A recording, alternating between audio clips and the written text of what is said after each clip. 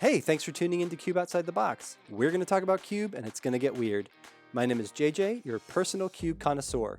Today we have a review of the Arena Cube, which was just an event, and we know is going to be one in the future, so let's talk about it.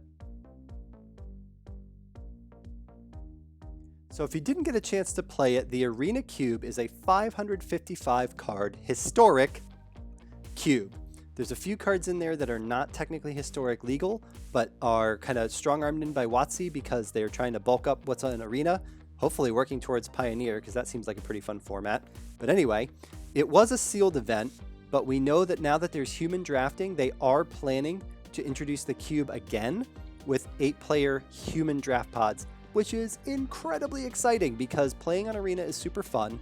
The cube is actually a lot more fun than I thought it was going to be. I played a whole bunch of it, and I recorded a lot of it, so look forward to some play videos coming up in the near future. Anyway, there's some really spicy stuff in there, so I want to do like a little review on it, like a post-mortem kind of review, and then I also want to talk a little bit about what the future holds so that we're ready when it comes back. I am going to talk a little bit about the archetypes, not all of them, but the ones that you might not expect to find in a cube. Like, of course, there's ramp. I don't have to go over that for you, but we are going to talk about a few that are less traditional. I'm going to review my personal picks for the best and worst cards and a few other categories. Like I'm going to give out a couple little prizes. And then I'm going to tell you how I personally would update it for Ikoria. Yeah, I went ahead and made a copy on Cube Cobra and updated it as if it was my own cube so that we can bitch and moan about my changes. And then if they make those changes, any of them, I can take lots of credit. Win-win for everyone, right? Let's jump into the archetypes, but if you want to skip ahead at all, go ahead and look at the timestamps below. I put them in there just for you. So like I said, it's a 555 card cube, which I think the easiest way to think of it is 540.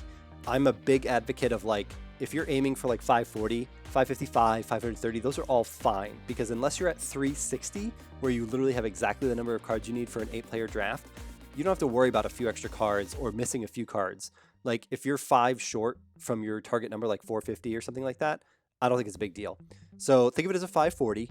It says vintage legal on here because there's a few cards that were strong-armed into Arena by Wizards, but it is ultimately a historic cube. Most of the cards in here are historic. It has a very standard feel. If you've been playing standard over the last couple of years, you're going to see a lot of familiar cards. There's only going to be a few that you see in here that are not familiar to you. Overall, I think it's pretty well balanced numbers-wise. I think 77 is pretty good here. It's a little thin on the land side with only 4 per guild, and bear in mind that they are not the best ones available to cube, like as we're used to thinking of it. We do have the check lands, the shock lands, the temples, and the gain lands. I think if I had one wish, it would be to remove the gain lands, at least some of them.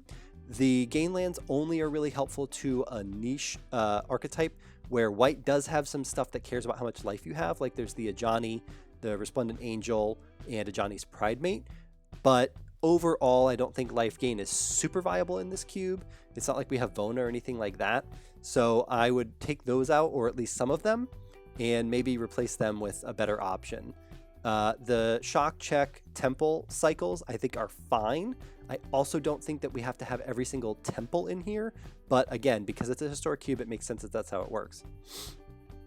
The other thing is the multicolored section is pretty deep. Now, I'm a pretty big fan of that. Like I run at least 1, if not 2 more multicolored cards in every guild than I should for my cube. I'm at 450 and I'm in the 7 range, and even that's a lot. So being at 500 or 540, usually what you want is whatever the first, you want basically 10%. So whatever the first number of your cube is like the number you're aiming for, both with lands and multicolor. That's what I've heard, and I kind of ascribe to that. So like ideally we would want 5 per guild and then 5 lands per guild as well. But I do think it's fine to be a little heavier on those. And at least in the sealed pools, lands were not an issue. Like most people actually ended up with a lot more lands than they needed. It was more that the selection was rough. Like you would get a bunch of Dimir lands, but no like solid Dimir cards. So you'd play like a weird Esper thing where the Dimir lands were just helping you splash, black or something like that. But overall, I think that the numbers here look pretty good. Overall, the curve and the general distribution of like everything, colors, guilds, lands, curve, all that have felt good to me.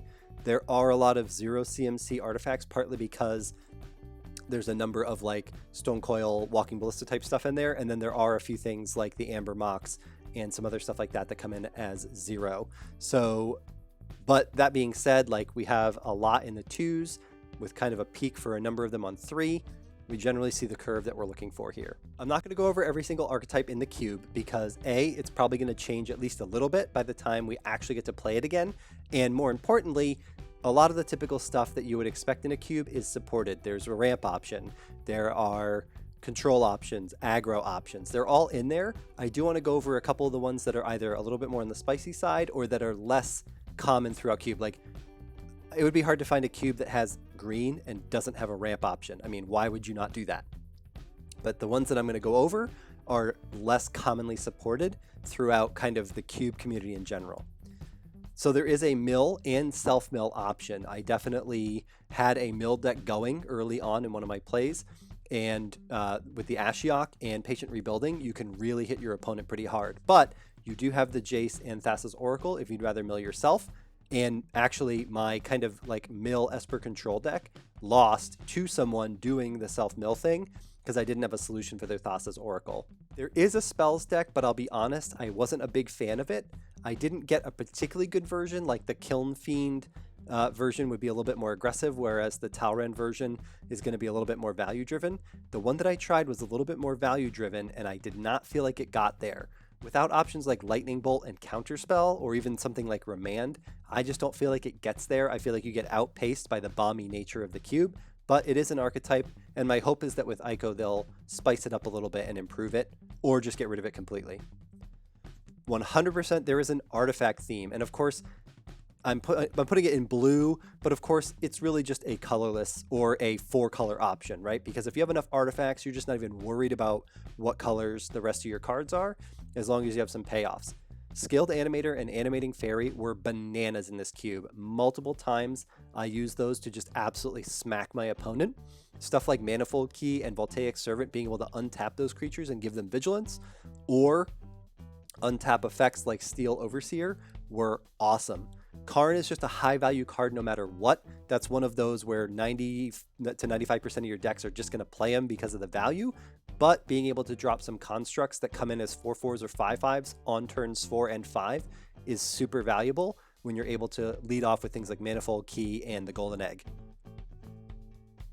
For sure, they are trying to support a 5-color thing. Having Niv in here, Golos, and Field of the Dead tells us that they definitely want us to play a 3, 4, or 5-color deck if we have the pieces. Now, I did get all 3 of these in one pool. It didn't go super well because I think I was missing a couple key components for the build, and also I know I made some misplays, but I will say I managed to trigger Field of the Dead a couple times. There are definitely other ways to get multiple land triggers, like Evolving Wilds and Field of Ruin, as well as Golos type effects where you get it on a creature, so it is definitely a viable thing you can do. Niv Mizzet I dropped multiple times without a huge problem. Some of that is because in the sealed pool I just happened to get a bunch of dual lands, but overall I would say that the prevalence of fixing is pretty high. We've got Gilded Goose, which is seeing play in other Eternal formats, sometimes over Birds of Paradise, and we've got things like the Golden Egg that let us fix at least one time, and once you can fix for something like Niv Mizzet or the Naked Satyr guy, you are off to the races as far as 5-color goes. So let's move on to my picks for trophies. Biggest mistake, Garruk Cursed Huntsman. This is an absolutely fantastic card and a lot of fun to play. The issue is there's just not that many ways to deal with him. As far as cards that actually deal directly with him, it's somewhere in the range of like 7 to 10 cards that actually just straight up say, no, you don't get this card. You can counter it, you can kill it, but there's only a very small handful of cards that will actually do that directly. The main way that you're going to deal with Planeswalkers in this cube as it stands now is by attacking them, and that's just basically impossible with Garruk, because he's going to drop 2 wolves that are impossible to deal with. If you remove them, Garruk ticks up, and that undoes a lot of your attack. And you're wasting your valuable removal on 2/2s. If you just try to attack straight through with Trample, again, the fact that they die and uptick him is going to undo a lot of what you do. And worst case, if there just is not a profitable way to play Garruk and keep the wolves or use them to uptick him past 6, then they're just going to -3 him, remove one of your creatures, and draw a card. In my experience, Garruk hitting the board was basically GG, unless someone played really poorly with him, which I did once, or you just already had an overwhelming board state. So for me, Garruk is one of the cards to remove for being overpowered, or we need to bring up the removal that can deal with him. God Eternal Ketra was my pick for best card. That was super hard because the power level is pretty good in here and it's very bomby. So there are a lot of things like Garruk that are solid. But my experience was that God Eternal Ketra was both a bomb in and of itself, but also created an overwhelming board state. Now again, hard to deal with, but the other God Eternals were all in here. So there was a good chance that even if you had one or even two of them, someone else had something like Ilharg or God Eternal Kefnet that they could use to get around yours. And as far as power level goes, they're all roughly on the same level. Now, there were 5 or 10 cards that easily could have tied for God Eternal Ketra. It was just that in my experience, this was one of those that if you opened it, you should really consider playing it because it was pretty reasonable to be able to play it on turn 4 or 5. And when you did, there was a really good chance that the next couple plays were going to just put you into an avalanche of winning the game. Biggest dud. Who the fuck is going to play a 3-mana deal 3? And if you're in mono red, is the best thing that you really want to get 4 damage for your 3 mana. I know it's instant speed, so it's not the worst out there, but seriously, if we're going to have a spells deck, and we've got stuff like Lightning Strike in here, or even Skewer the Critics, we're going to put Slaying Fire in? Come on, we have to have a better option than this. Biggest trap. I found that the blue-red spells deck just wasn't cutting it. There is sort of an aggressive version that's almost like Prowessy. I never got to try that one. I tried the more value-oriented one where you were trying to drop this and then things like Gutter Snipe or Saheeli. But dropping Gutter Snipe on 3, Saheeli on 4, and then starting to cast spells and make Thopters and deal 2 damage just doesn't cut it when on turn 5 someone's going to play a God Eternal, or they've ramped themselves into something like Curibus the Sea God, or they're going to bring back their Titan, or any number of other options that are incredibly powerful somewhere around turn 5, 6, or 7. So I did not find that this deck was cutting it. I would aim for it to be more of the aggressive type, where you're getting like the Kiln Fiend and you're just cracking in there for lots of very fast early damage, or I think they should just cut that entirely and aim for something else. Spiciest card. Just like best card, this was incredibly hard to pick. It was a little easier because a lot of the cards that were just really solid that would be like best cards, those aren't spicy to me. Those are just auto-includes. But I thought Casualties of War was a really brave, really interesting choice. 6 mana to deal with a bunch of different things is definitely a lot of mana, but in the Golgari deck, especially if you did it right, A, you could be ramping in the first couple turns, and then B, you're casting things like Murder and other really strong removal in here. So I do think that this was actually a really good inclusion. I cast it once. I didn't open it very often, but the one time that I played it, I did get to cast it, and it was extremely powerful. It was a game changer, literally. It put me on the path to victory. So I think this was a really spicy inclusion, and I hope that they keep it in their next revision. And then just some personal picks. Again, these have nothing to do with overall power level. They were just cards that when I opened them, I was really excited to play. They steered me into some decks, and I really enjoyed them. Like I said, I got Animating Fairy going a couple times with Skilled Animator, and being able to turn your Golden Egg or your Manifold Key or a treasure token like Treasure Map was really solid in here too. So being able to turn Treasure Map or one of the treasures you get from it into a 4/4 or a 5/5 was super fun. And especially with Animating Fairy, being able to then drop a 2/2 flyer on the backside was excellent. Curibus the Sea God was not necessarily a windmill slam, win the game every single time, which I actually think is good. It's nice that our bombs sometimes are things you could deal with, like if they happen to have a disenchant and they can just crack it off and then deal with your 8/8 with chump blockers, like, okay, good game. You actually, you beat me fair and square. But this was a really fun card to play. I really enjoyed jamming it in the decks that I played, and it played very nicely with a lot of the other blue and green cards in there. So being able to do sort of a tempo ramp thing and get it out on maybe turn 5 or 6 if you were lucky was super fun way to play.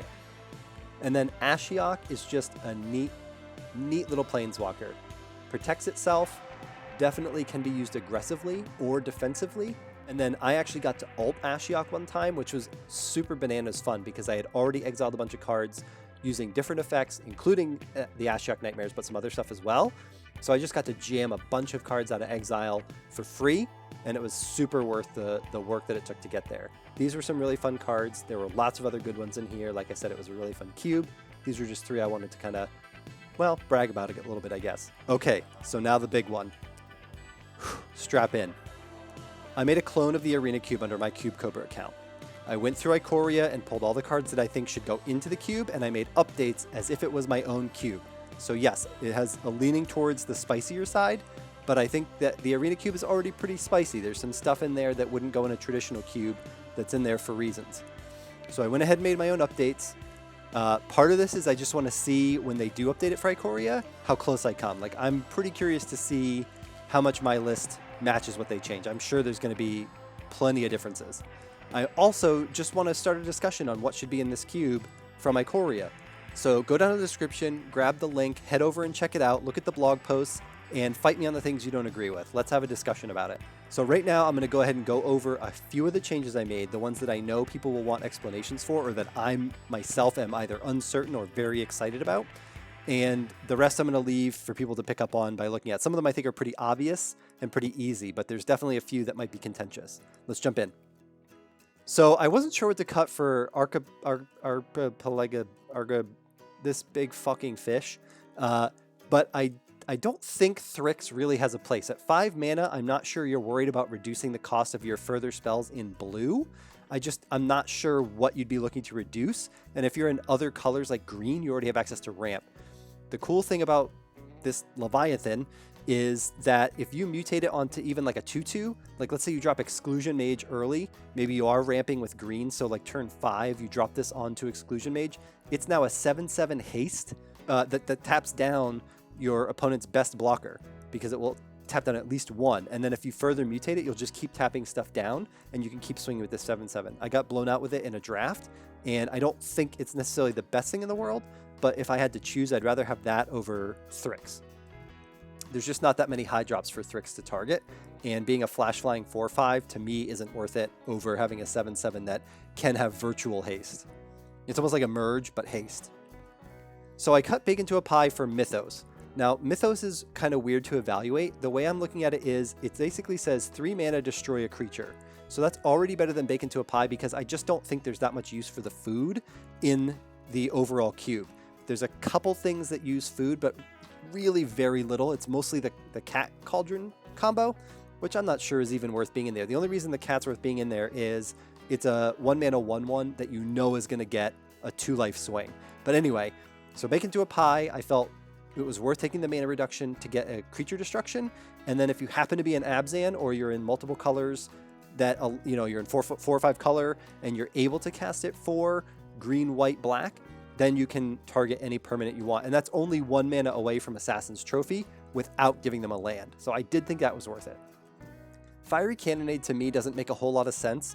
It's a sweeper, but a lot of the red creatures are low drops that have low power and toughness because they're kind of going wide and or aggressive. Like, there's tons of stuff that makes goblins. So this feels like it's just going to be a semi-symmetrical sweeper, but if you're in red, there's just as much likelihood that your opponent is in some other colors and that they're going to have a bunch of 3 or higher toughness creatures. So I just felt like that was not worth keeping. Flame Sweep might be better because there's a decent chance that you'll have some flyers, but that's another debate for another time. So I cut this for Reptilian Reflection. So a 3-mana enchantment that will trigger to make to turn it, it's basically like Riddle form, but it'll turn into a 5/4 trample haste, is pretty awesome. So on turn 4, you could very easily, for 4 mana, drop this, cycle a card for 1, get a 5/4 trample haste, and swing, and I think that's worth 4 mana right there. I'm also trying to support cycling kind of in white and a little bit red, so I think this supports an aggressive strategy very nicely towards the top end. Mending of Dominaria always felt a little weird to me. I know Crucible of Worlds is in here, and there's a couple other ways that you can get lands either into or out of your graveyard, but I'm not really sure what the benefit is. It's not like we even have Nissa to turn them into creatures where they're going to die, and there's also not like a huge payoff, like there's no Multani in here, so I'm really not sure what the plan is there. I almost wonder if it was just sort of an accidental afterthought. I'm pretty sure that almost all the sagas over the last couple of years have been included, so maybe that's all it was just they threw every saga in here just to have enchantment density. Either way, Colossification 100% needs to be in this cube because I want the achievement unlocked of colossifying something and then flinging it. Fling's already in the cube. That's a great card in here anyway because there are some really big creatures that aren't necessarily game winning but are definitely very oppressive. So I really am looking forward to seeing you, or ideally me, colossifying and flinging. Turning Risen Reef into Kinnan was a little bit of a tough choice just because Simic was in a pretty good place and Risen Reef can get out of hand. But here's the thing, there's less than 20 elementals in the entire cube, and only 5 of them are in green and blue combined. There's like 4 green and 1 blue, I'm pretty sure, if I remember correctly. And I think the blue one's the Cavalier. I don't remember. Oh no, it's Cloud Conceer. So Risen Reef just does not feel like something that you're going to assemble. And even with the just kind of weird creature types that come with Ikoria, I didn't see a ton of elementals going into this cube. So Risen Reef didn't feel great. Like that, those 5 were after I made my changes, so I might have even added some. Risen Reef, I think, is really just a 3-mana 1/1 that's going to get you probably 1 card, and I just don't think that's good enough for Simic, where Kinnan on 2 could turn your Goose into a double mana dork, and you could really be off to the races. If anything, Kinnan might be too powerful, where Risen Reef feels like it's going to fall flat. But before we move on, you're going to want to do 2 things. First, open up Twitter, go ahead and find my account. Second thing you want to do is push the caps lock key, because I'm sure you're going to need it. I added the Triomes. I cut 5 of the gain lands, because they come in tapped anyway, and they only give you 2 colors, and they only give you 1 life, which I don't think is worth it over what we have here. Now, the other reason is there are some cards that look at what basics you control, in particular, all the check lands. Imagine opening with the Ketria Triome on 1 and Drowned Catacomb on 2. You have 4 colors of mana available on turn 2, untapped. And anything that has any check land that looks for a forest, island, or mountain after that is coming in untapped, no problem. Now, I know that can be Magical Christmas Land, but look, that can happen if you draft the right lands for your deck. The other thing is they cycle, so they support the cycling theme, and worst case on turn 4, 5, 6, whatever, if you don't need another tap land, you just cycle them away. Since those are in there, and we already have kind of a 5-color deck going, I did add 1 card for each of the wedges that matches the lands that are in there now, the Triomes. The Triomes are wedges, if you didn't, I had to look that up, but if you didn't know, there you go. With Nethroi and a Luna, I felt that having a 5-mana 5/5 Death Touch Lifelink or a 5-mana 6/6 Flying Trample was worth it by itself. So your worst case scenario, if you can get the colors together, is that you are dropping just a large fatty with some evasion. But the thing is, if you add a little mana and mutate them, and that does make it both easier and harder because it gives you a little flexibility on the colors, but it gives you have to get higher mana. You have to get to 7 and 6 respectively. But anyway, if you mutate them, you get an added bonus. And I felt that the trigger that you get off the mutate was powerful and likely to be game ending, but it wasn't so oppressive that it's going to kill your fun or kill your opponent's fun. With the ultimatums, which I did look at, but I decided not to add, I was really worried that there were going to be a lot of feels bad. You were going to climb up to 7 mana, drop that, and just win the game outright with no interaction, which generally doesn't feel good. And I don't feel like this cube is really looking to do that, as splashy and bomby as it is. There are ways to deal with a lot of different things. I mean, I've faced down as a Talpa and not died to it immediately. I did often die to it when I saw it as well, but there were times where I had a solution.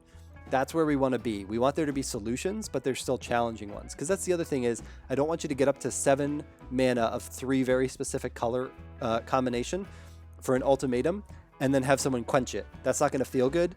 And for you, and it's not going to feel good for your opponent if they can't do anything about it. These may still be too powerful, but the thing to remember is I don't work for Wizards, so if they adopt these changes, it's not my fault. Yell at them. Anyway, Narset I really like because she's going to support the spells theme, and I will say that I would actually, if this was my own cube, or if somehow someday I end up like running a version of it or whatever, which is unlikely, but anyway, I would be happy to cut a couple of the cards on this page and just keep the ones that work and that don't feel broken. The Nethroi and Aluna are the 2 that I'm more worried about. Narset I think is quite strong in the right deck, and I think it will support some of the things that are already in there. Like I would love to Gutter Snipe and then Narset, and then use that mana to cast like, you know, a 1-mana cantrip or something like that, or maybe drop an artifact that's going to ramp me and help, you know, trigger other non-creature triggers that are in the cube. With Titan's Nest, it feels like kind of a bulked up, slightly harder, definitely lots harder to cast Sorcerer's Kanta, where you can also use your graveyard for an advantage. I think Offspring's Revenge is just another opportunity to have a Nightmare Shepherd effect, which I think is really cool for a cube like this, because it kind of creates a value engine where you can really push the ETB side of things. But it's not so oppressive that like as soon as this drops, you're just going to scoop to it. So let me know what you think of these. Let me know what you think of the cube changes I made in general. and feel free to go ahead and just start flaming me right now. All right, so if you're like me, you should start hoarding your gold and your gems on Arena so that when the cube comes back, you are ready to just absolutely blow all of that on a whole bunch of very spicy, very unsuccessful cube drafts like I'll be doing. I do plan to either record or stream as many of those as I can.